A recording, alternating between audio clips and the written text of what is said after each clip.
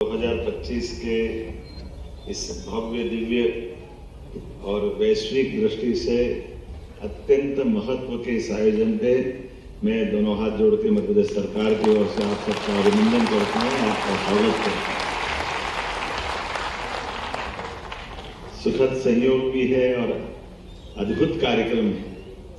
मंच पर विराजमान महानिदेशक, विश्वगुरु, कुलाधिपति हमारे श्रीमान संतोष चौबे जी, आपका स्वागत है, अभिनंदन है। आपके अंदर की ये जो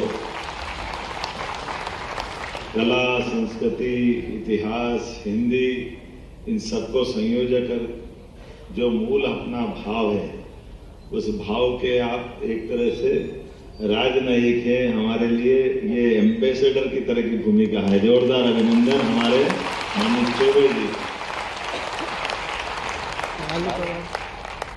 बगैर कोई सरकार के सहयोग लिए हुए अपने मन के भाव के आधार पर ये जो विश्व बंधुत्व का भाव है, इसकी एक अलग पथिक करके की यात्रा आप निकालते हैं। उस यात्रा के आप टैगोर अंतर्राष्ट्रीय साहित्य कला महोत्सव निर्बाध रूप से रखते हैं। मध्य प्रदेश सरकार की ओर से आपको बधाई देता हूं, आपका अभिनंदन है।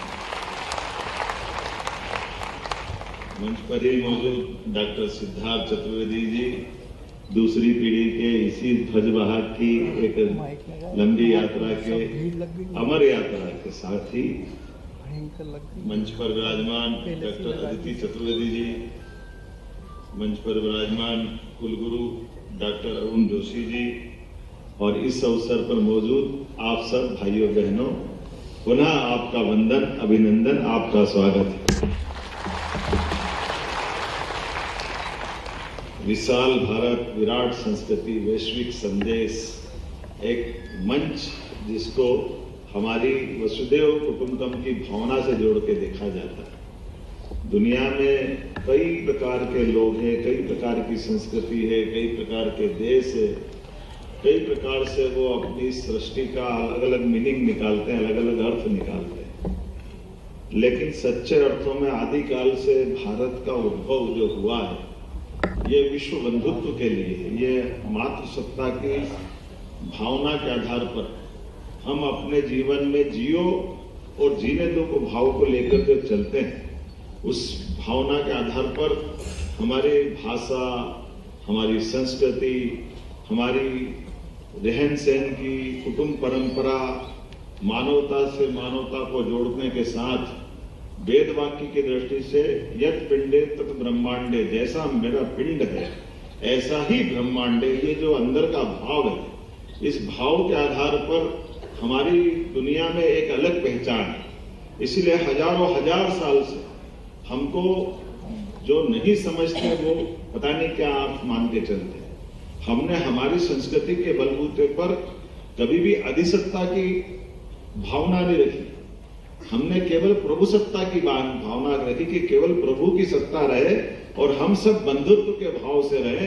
यही तो विश्व बंधुत्व है, यही आनंद है हमारे लिए। इस भाषा के लिए, देव भाषा के नाते से हिंदी समूचे मानव संस्कार के लिए, मानव सभ्यता के लिए हमारे माथे पे बिंदी के समान हिंदी है। यह आनंद हम सबको देता है, इसका एहसास हमको। और जैसे माथे की बिंदी अगर हम कहने की बात करते हैं तो जाने अनजाने हम वहां पहुंच जाते हैं जिसके आधार पर अपने शरीर की रचना भी हमारे शरीर की दो रचना पे पहुंच जाते हैं। और दो रचना में एक बाह्य शरीर, एक सूक्ष्म शरीर।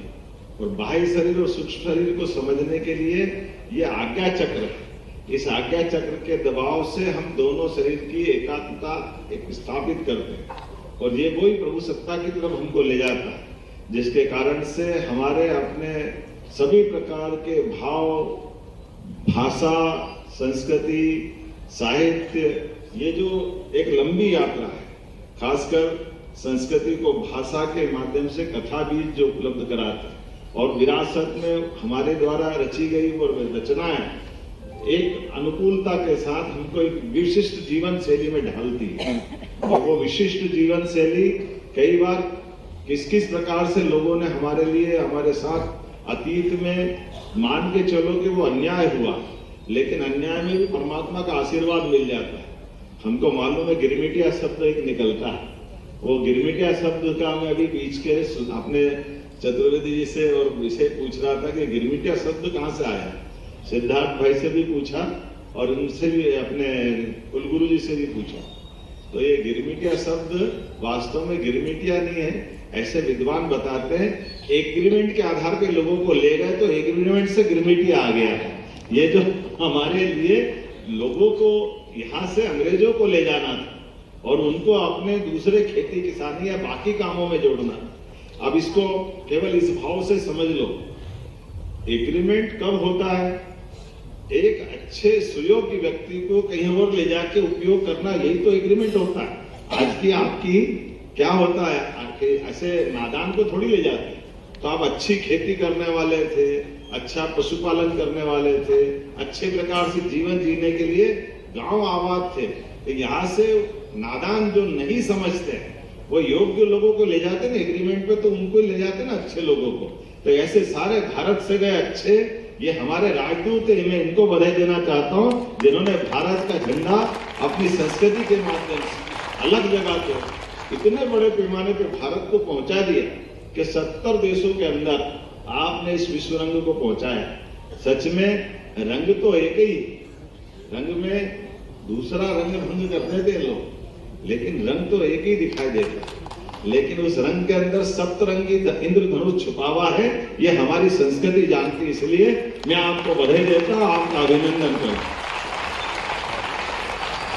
सप्तरंगी छटा परमात्मा की दया से उस अलग अलग रंगों की दुनिया में हर रंग से आनंद उठाना चाहिए। इसलिए तो होली हमारे यहाँ होली होती है। होली के आनंद के साथ जब ऋतुएं रंग बदलती है और वसंत छा जाता दुनिया के ऊपर, हमारे लिए तो वो होली हर रंग में आनंद देने के लिए होती। और अमावस पे दिवाली होती। जब दुनिया अंधकार की तरफ हो तो प्रकाश की ओर ले जाने का संकल्प हमको दिवाली की तरफ जोड़ता है। तो होली भी जोड़ती है, दिवाली भी जोड़ती है, दोनों में आनंद आता है। ऐसे कई प्रकार के आनंद के इस अवसर पर मेरी अपनी ओर से एक बार फिर आप सबका वंदन, अभिनंदन। थोड़ा विलंब से आने की क्षमा भी चाहता हूँ। मैंने तो पहले विनम्रता से मना किया था कि मेरी थोड़ी कष्ट है, लेकिन हमारे मित्र राहुल जी और माननीय चतुर्वेदी जी का आग्रह भी था और मेरे भी मन में था कि इतनी दूर से लोग आए थे तो मैं भले विलंब से जाऊं, लेकिन आप सबको नमस्कार करने की इच्छा थी। आपको प्रणाम करता हूं। आपके इस भाव को सरकार के मुखिया होने के नाते आपसे वो आनंद आता है। और सच में यशस्वी प्रधानमंत्री का जोरदार अभिनंदन करें हमारे माननीय नरेंद्र मोदी जी का, जिनके माध्यम से भारत की भी ताकत बढ़ रही है, भारतवंशियों की भी ताकत बढ़ रही है और भारतीय संस्कृति भी एक अलग प्रकार से पहुंच रही है। देखते देखते नमस्कार हमारा विश्व स्तर पे स्थापित हुआ है। तो योग का आनंद 2014 से आया और कोविड के कठिन काल में जियो और जिनोदो की संस्कृति के बलबूते पर कितना अच्छा लगता है। अफ्रीका का माननीय में पहुंचे वो दृश्य थोड़ा अटपटा लगेगा, लेकिन हम अपने देश के नागरिकों का भी न केवल उनके स्वास्थ्य की चिंता कर रहे हैं, उनको सारी चीज उपलब्ध करा रहे हैं, बल्कि जियो जीने दो की भावना बोलने के लिए नहीं, ये जो हमारी संस्कृति का उदार भाव है वो हमने वो राष्ट्रपति के रूप में छोटा सा एक दृश्य देखा होगा, जब वो विनम्रता से धन्यवाद देते हुए माननीय मोदी जी के चरण स्पर्श करते हुए हमारे लिए वो दृश्य गौरवान्वित करने वाला दृश्य दिखाई देता है।